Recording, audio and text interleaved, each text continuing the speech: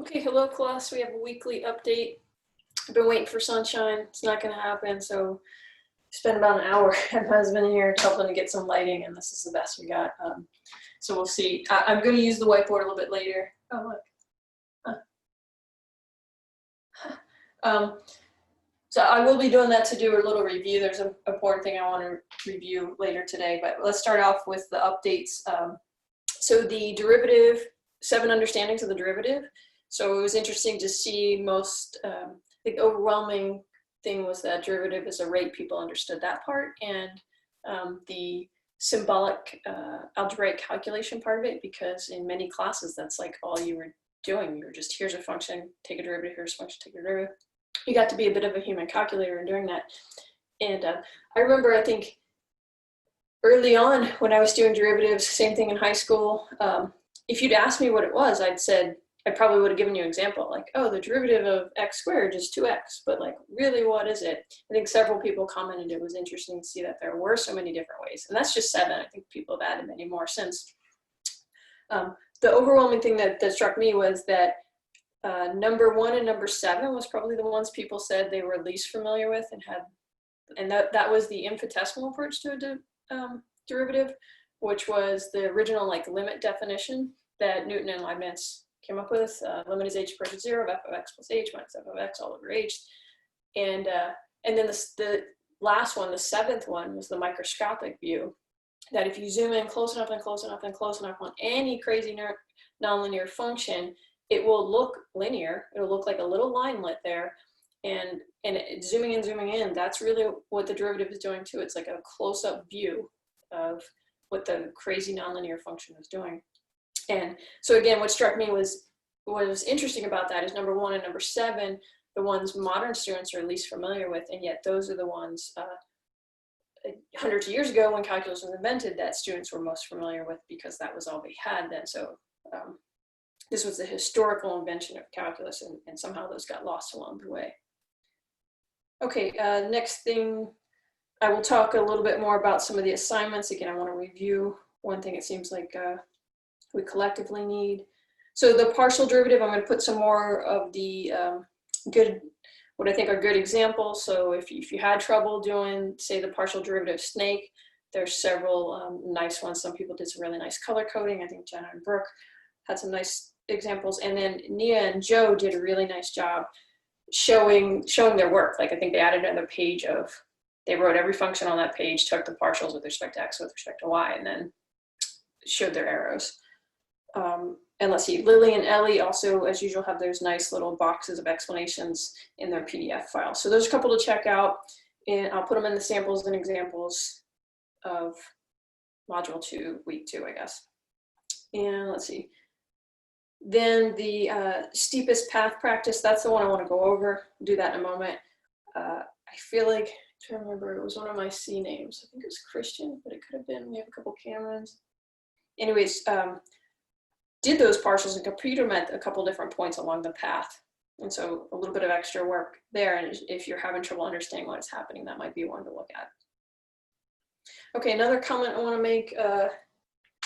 This week there was some weirdness with Oaks, so thank you for emailing me, but some of it, everything was fine when I looked on my side of the Oaks, but on yours, a couple of them, like quiz 4 and even quiz 5, like Oaks was just doing really strange things. Either wasn't displaying a problem or wasn't showing you. So if that was the case, again, just continue to email me and I can make adjustments. We'll just work, if there's an IT issue happening, we'll work around that. Let's see.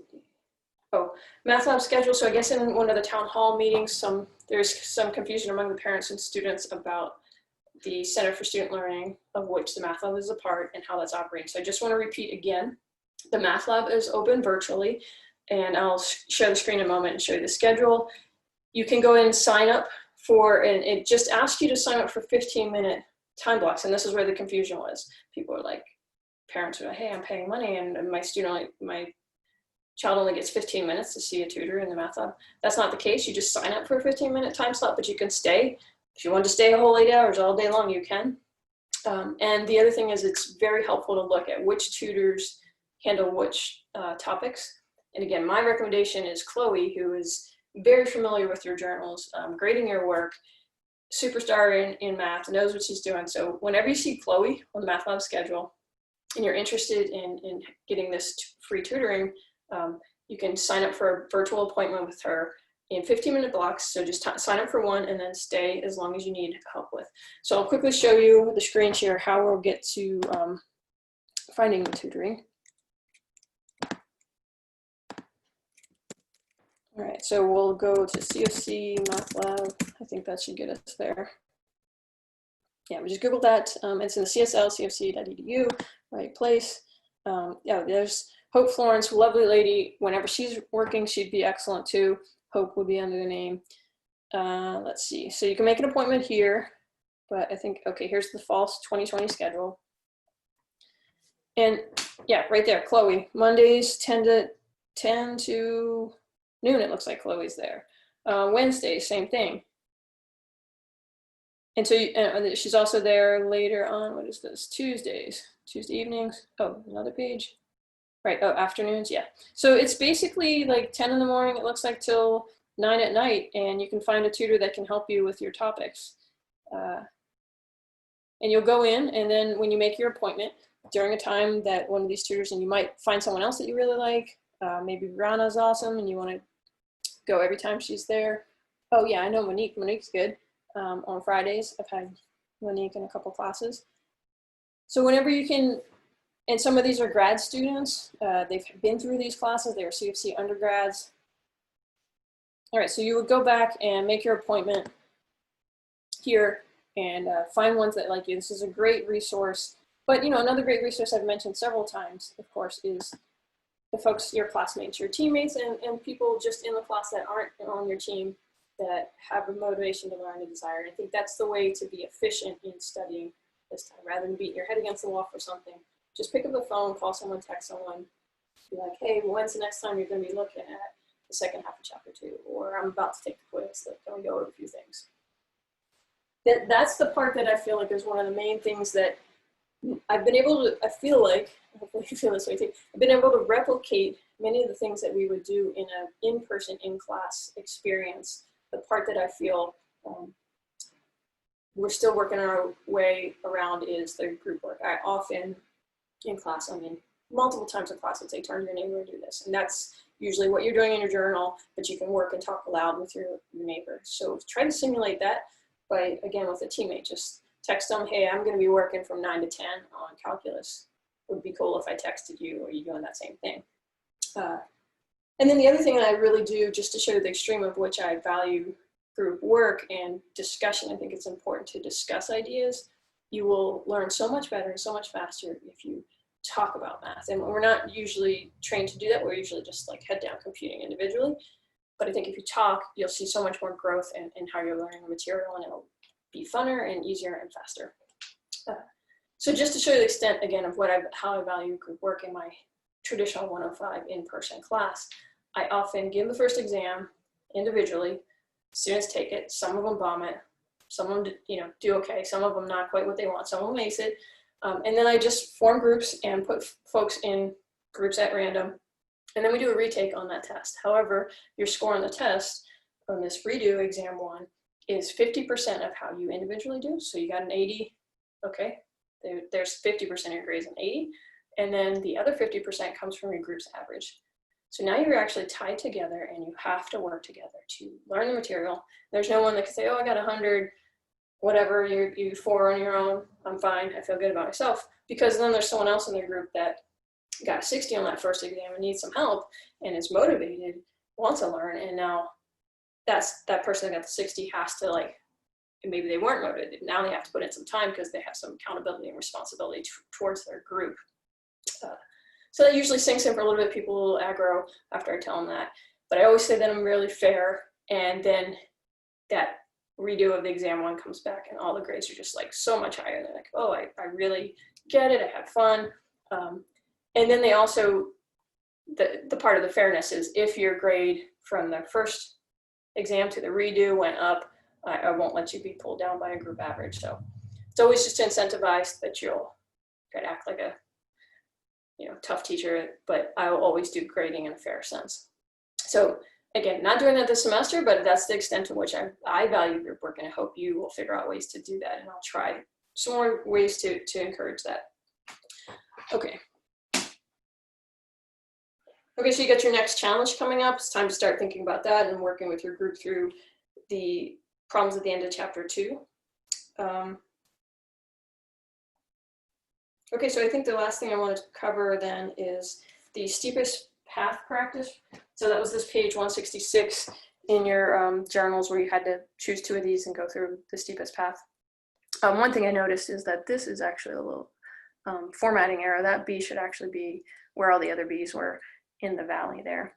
But it looks like that didn't cause too many folks have a problem or have confusion. And I noticed that maybe about a fifth or a quarter of the class, in submitting their assignments, some of them, a few of you even mentioned like, hey, I'm not so sure, but I just gave this a try. And some people were just way off on their pictures of the vectors. The rest of the class, nice job, perfect, but I want to make sure we solidify the ideas here. And maybe we'll start with a quick visual aid. So we'll come back to making a surface right from cloth. Put some stuff under there. Ate my apple, my orange.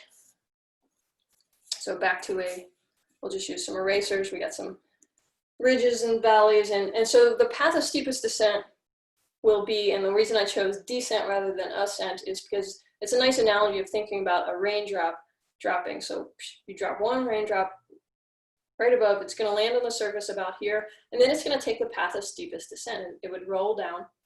Unfortunately, I can't like visually demonstrate this on cloth because the drop would just soak in, but I do have an activity later, I think in chapter 3, where you use paper, and the drop would roll down that paper, and it would roll in the path of steepest descent. So for here, if I drop right here, it would land and roll, and then it would come down here, and it looks like it would just land in this little valley and stay.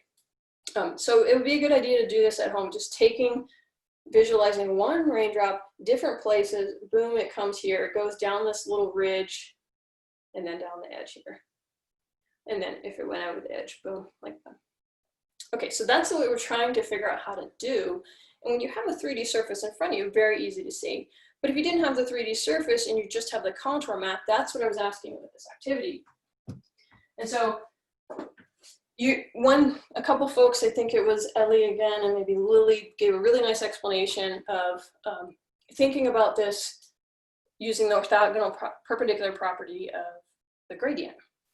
And maybe another thing that would help, so I think it was Lily who talked about, okay, so I want to go from the point A, so I would leave in the path of steepest descent.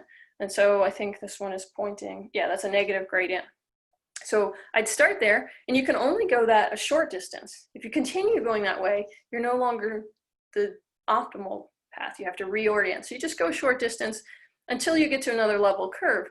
Well, this one only has a finite number of level curves shown, and I could have added more. So maybe let's look at a tech tool to add a few more. So I'm going to show screen. Math lab, and then, okay, here we are. Turn off that. All right, so here is our surface for that example. Minus 3y entered in as I selected z as a function of x and y, preloaded that here, put in the level curves, and I think this was automatically set up so that the level curves that are positive are in red, those that are negative are in green. The point A for number 4 on page 166, that example, the one we were just pointing at, A went from -2 to right here. And so it would go in the direction of steepest descent, but orthogonal, so perpendicular to the level curve until it reaches another level curve. Well, again, there's so many here, but I could add more, right? So I could go to the contour, go to the contour map, that's the surface. Ask to do maybe 30 of these here. Create the plot. And we could, a few more, no, let's do maybe step size of 0.1. Let's try that. See if it'll, okay, there we go. Now we get a few more in there. So I have added more level curves, and I started at -2, 2, so right here at this point. And again, moving perpendicular in the negative directions where the z values go down. So from a 0.6 to a 0.5, get to this one, go perpendicular from a 0.5 to a 0.4. So I'm going downhill. And you just keep on following in this perpendicular path. And it makes a very roundabout, right? So I'm not taking the most direct path to get into the valley, but I just keep going perpendicular, perpendicular, perpendicular. And then I would descend right into the valley, which is, this is the local min. Right there, again, if I touch this, I think we'll go back to 3D. Oh, there's the point I was starting with. Boom. So maybe it's a little bit easier to see that point moving around as I'm dragging it through, going perpendicular. Each time I'm perpendicular to the level curve and always pointing in the direction of steepest descent. But here's another one. I think it was Lily who added this to hers. So another thing you can do is, we didn't spend a whole lot of time on vector fields, so still a little bit, but remember that at there's infinitely many points in this XY plane in which I could get a point and go up to the surface, so I could have an XYZ and be on the surface. There's infinitely many points in this XY plane, and every single one of them have a gradient. And you can compute it at all of those. But again, we can't do infinitely many things. We live in a finite world, but we will graph a finite number of those and put them in a XY grid that we call a vector field. So I've entered those here.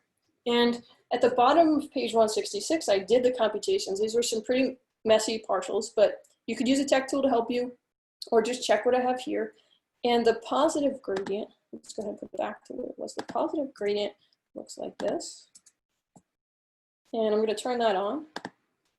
I'll turn off this contour map for a minute.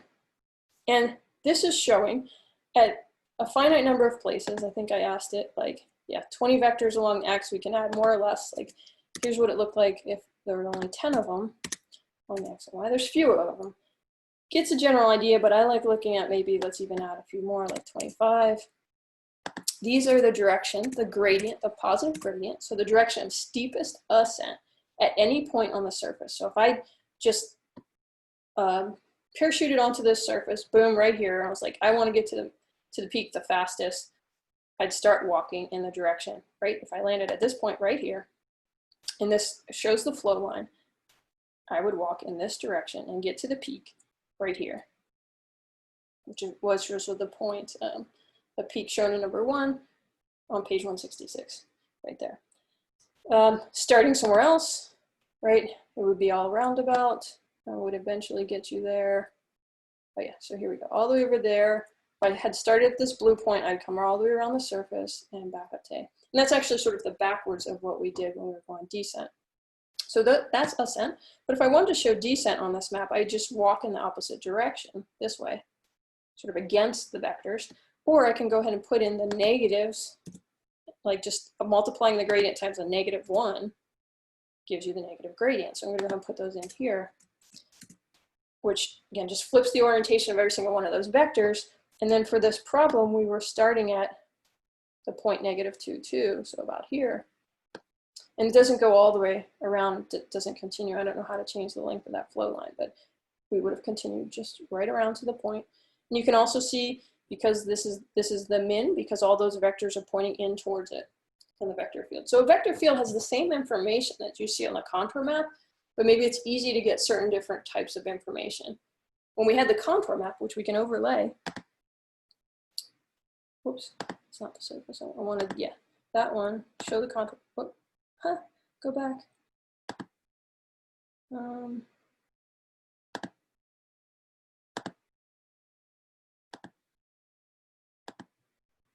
that off again, let's see.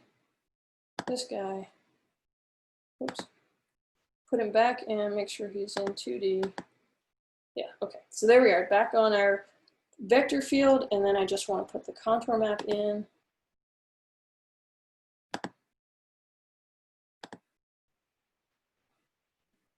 There we go. Okay, so now we have the vector field plus the contour map all in the same thing. It looked kind of jumbled because I got all the labels and everything there. I could go ahead and turn off those labels if I wanted. But we're seeing that this is the same information. When you just had the contour map, you had to keep thinking perpendicular property. When you just had the vector field, you could just vector hop along the negative vector field's grade, little vectors. And either way, you're getting to the same information. Okay, let me make sure that's all I wanted to say. Yeah. Okay. So I hope that helps, and it may even for some of your challenge problems at the end of chapter 2 that might be useful. All right. Thanks.